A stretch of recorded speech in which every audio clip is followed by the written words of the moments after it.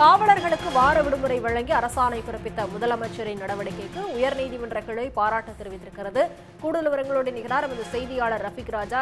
வணக்கம். விவரங்கள்.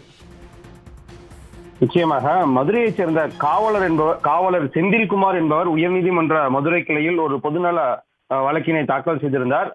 அந்த வழக்கின் முக்கிய சாராம்சம் என்பது தமிழகத்தில் பணியாற்றக்கூடிய அரசு ஊழியர்கள் அனைவருக்கும் வார விடுமுறை என்று உள்ளது. ஆனால் காவலர்களுக்கு நீண்ட காலங்களாக வார விடுமுறை என்பது கிடையாது. இந்த கோரிக்கையை நிறைவேற்றும் விதமாக தற்போதைய முதலமைச்சர் மு.க.ஸ்டாலின் அவர்கள் காவலர்களுக்கு வார விடுமுறை வழங்கி ஒரு அரசாணை பிறப்பித்திருந்தார். அந்த அரசாணை படி காவலர்களுக்கு வார விடுமுறை என்பதை வழங்கப்படுவதில்லை.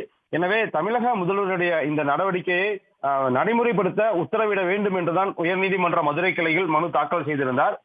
இந்த மனு கடந்த ஒரு வார காலங்களாக நீதிபதி பட்டு தேவானந்த் முன்பாக விசாரணைக்கு வந்தது. விசாரணையின் போது நீதிபதி பல்வேறு கேள்விகளை எழுப்பி இந்த வழக்கின் உரிய உத்தரவு பிறப்பிக்கப்படும் என்று கூறி இந்த வழக்கை ஒத்திவைத்திருந்தார்.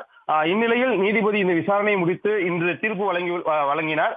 அந்த தீர்ப்பின் போதுதான் தமிழக முதல்வருடைய நடவடிக்கைக்கு பாராட்டு தெரிவித்துள்ளார். குறிப்பாக தமிழக காவலர்களுடைய தினந்தோறும் பணியினால் மன உளைச்சல் மற்றும் உடல் நலக்குறைவு ஏற்படுகிறது. இதனை கருத்தில் கொண்டுதான் தமிழ்நாடுடைய முதலமைச்சர் காவலர்களுக்கு வார விடுமுறை வழங்கியுள்ளார். இந்த உத்தரவு என்பது தமிழக முதல்வரின் நடவடிக்கைக்கு இந்த நீதிமன்ற பாராட்டுகளை தெரிவிக்கிறது. எனவே முதலமைச்சர் பிறப்பித்த உத்தரவை அதிகாரிகள் முறையாக செயல்படுத்த வேண்டும் என்றும் தற்போது உத்தரவு பிறப்பித்துள்ளார். இது மட்டுமல்லாமல் இந்த உத்தரவை நடைமுறைப்படுத்தவில்லை என்றால் நீதிமன்ற அவமதிப்பு வழக்கும் தாக்கல் செய்யலாம் என கூறி இந்த வழக்கையும் தற்போது முடித்து வைத்துள்ளார். உடனுக்குடன் செய்திகளை தெரிந்து கொள்ள சன் நியூஸ் பெல் ஐகானை கிளிக் பண்ணுங்க.